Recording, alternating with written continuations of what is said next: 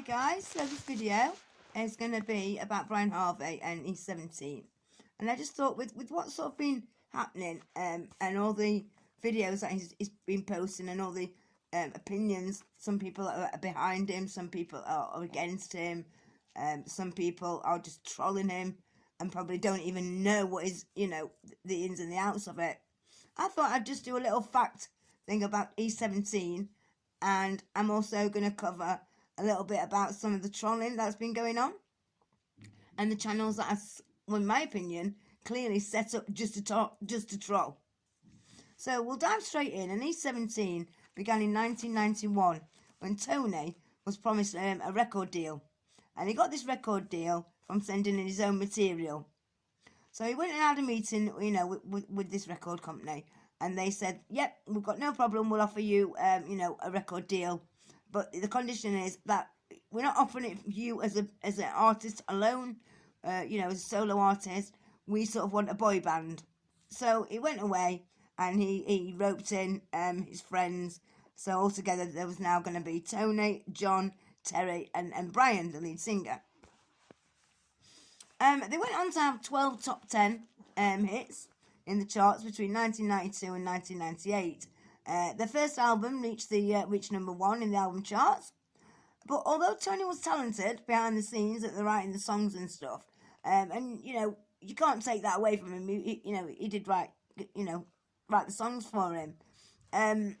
They also had the Dumb and Dumber, called Dumb and Dumber, which was John and Terry. And I suspect that they spent more time bickering on which one was called Dumb and which one was called Dumber. And that left Brian, which in my opinion was sort of he was a lead singer, is a lead singer. He was the only one really with any real talent sort of on the front line stage. It was his voice. No matter what you love or hate Brian right now, or what your opinions is, you can't take that away from him. His voice was, amazing. So it's sort of on, he's sort of on stage putting his all in, singing with his amazing voice that he had. And, of course, like I said, although Tony did have talent for writing songs, it doesn't matter how good or bad you are, with writing songs. It's the lead singer who brings it alive, who sells those records. And, they went on to have, like I say, top 10s, but the one of their main sort of songs that you hear every Christmas is "Stay Another Day," and that went on to be number 1 for about, I think, five weeks or so. And of course, there's going to be ups and there's going to be downs, but I don't think when Brian signed up he expected this, because I wouldn't have. And I guess Brian probably could have, bit his tongue a little bit more. But I mean, why should they? Why should he? He was a young lad growing up, living his dream of a pop star, stardom. And, you've got girls throwing themselves at you and fainting, queuing for hours to sort of see a glimpse of Brian Harvey, and he's 17. And can you imagine how that was, or how that would feel? I believe that probably they did have a little chip on the shoulders, and rightly so. Wouldn't you? I would. But I believe that chip was probably put there by their manager as well, making Brian think that, they don't need, they need you. This is who you are, Brian. You're amazing. You're good at singing, amazing at singing, really. You make this band, so you've got like a young set of guys who have sort of come from nothing.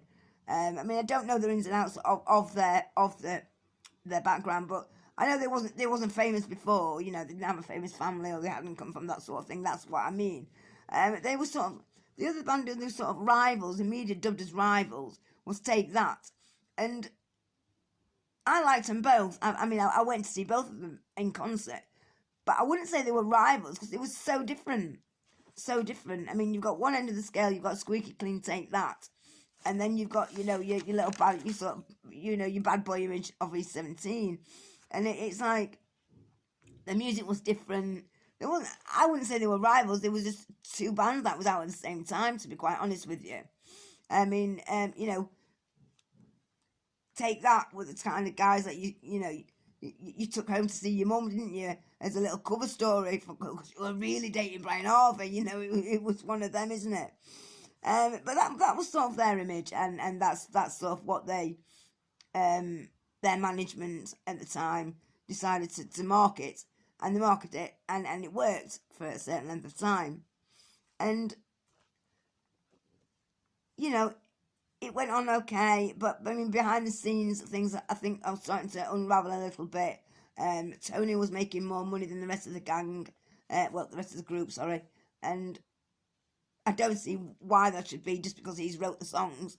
I mean, should Brian have got, did Brian get more because he sung more? You know, it's I don't know. But unfortunately, he made a comment on ecstasy tablets, and I don't think he made, he didn't make it maliciously. I think the words just came out of his mouth because it was just being honest. He's an honest guy, he's showing his normality side. And he went on to say that he took a few E's and he didn't sort of see a problem with it. And if they're safe, go ahead type thing, something along those lines. But unfortunately, 2 years before, I mean, I don't know why it was linked to this, but 2 years before, there'd been a death of Leah Betts. Excuse me.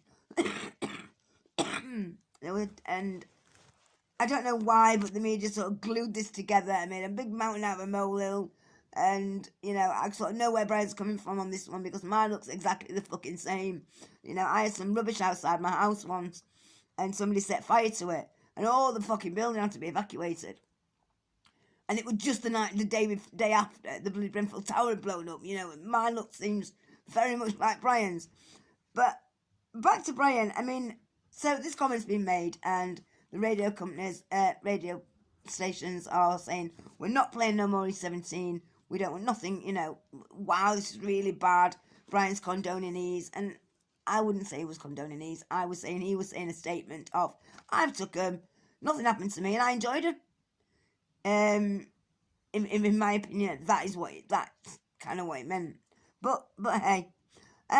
So instead of Brian having the backing and the support of his bandmates, which he should have got, he didn't. And unfortunately, they decided that they needed to kick Brian out, get rid of him. He's gonna bring this band down, and nobody's gonna want them. And because of Dumb and Dumber not kind of being much of a contribution, it was all sort of down to Tony who'd started this band, and I think they were sort of railroaded into signing this thing, saying, "Yeah, we'll get rid of Brian." So his fate was sealed, basically. And funnily enough, after a few weeks, Tony decided he was leaving the band anyway. So that was a fucking load of bollocks, wasn't it? And he was sort of, things sort of, again, sort of go downhill. Unfortunately, he was attacked outside a nightclub. He had a car accident where he sort of got run over in his car. What else happened to him? He had some suicide attempts, unfortunately. And obviously, things sort of didn't work out. He was in the public eye with Daniela Westbrook. He had a few famous girlfriends and stuff, models and actresses. And hopefully now he's found somebody he's sort of so likes, and they found each other, and it looks all great, and she looks very good for him, and he, rightly so, both of them. Everybody deserves to be happy, don't they? To be honest with you. But they sort of tried a reunion. Tony sort of fronted some money, and he wanted to do like a reunion. But obviously with only Tony having the fucking money, because, they ripped everybody off, he sort of fronted the tickets, and they had a little go of it. And they did try and get a record company interested, because apparently you need, for the cost of a reunion tour, which I would imagine is fucking a lot of money, you sort of need the capital, and a record deal, a record company is sort of going to give you that backing and the secure, less stress, all that and the other. But they were Brian was late turning up to a meeting alongside Dumb and Dumber. So they turn up, and Brian says, so sorry I'm late, makes his apologies. And Tony whacks him. Doesn't whack the other two, but he whacks Brian. There's a bit of hate in there, guys, I think, isn't there? And I thought, hold on a minute. I've been looking online and I've been watching these videos, and there's channels on there that have been set up, and they also make it look like they are Brian's channel. There's one, is it Voodoo or somebody, and he posts content like he's got a back catalogue of fucking Brian Harvey's uploads. It's unreal. And they're getting thousands and thousands of subscribers, thousands of views. So obviously they're making money out of it, and good on for anybody making money. But can you not make it out of your own content and make your own little videos? But I found this one, and oh my god, I thought that I was gonna have all my big rant and everything on this video, and I'm not. So I'm just doing a little bit on Brian, and he's 17, and I'm then going to go and upload a video regarding this fucking site, this channel that I've found, and he's called Channel Chatter 67. Well, oh by Christ, that rant, I don't think I'm going to be able to stop. So I just would like to say that obviously I want views, but I've not done this to get thousands of views, because I'm not going to.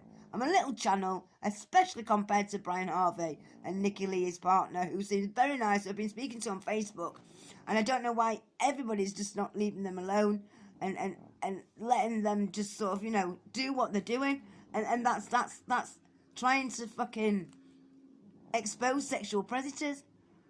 And you think about all them channels out there, all them sting channels, the live stings and stuff that are doing just that. I know, and they say that they're doing it for free. They don't get paid. They don't get paid. I get that. They're volunteers. But they're getting paid from their channel. So nothing's sort of for free. And you don't all have a go at them. You think they're the best thing in sliced bread. So what's wrong with what Brian is doing? Why Brian's using what sort of happened in his life to engage with people and sort of say, yeah, I did have all this, and I was the lead singer, and, it was very fucking good, because it was. But, now, I'm not in that place now. This is where I am. This is who I am. And this is what I stand for. Do you want to stand with me?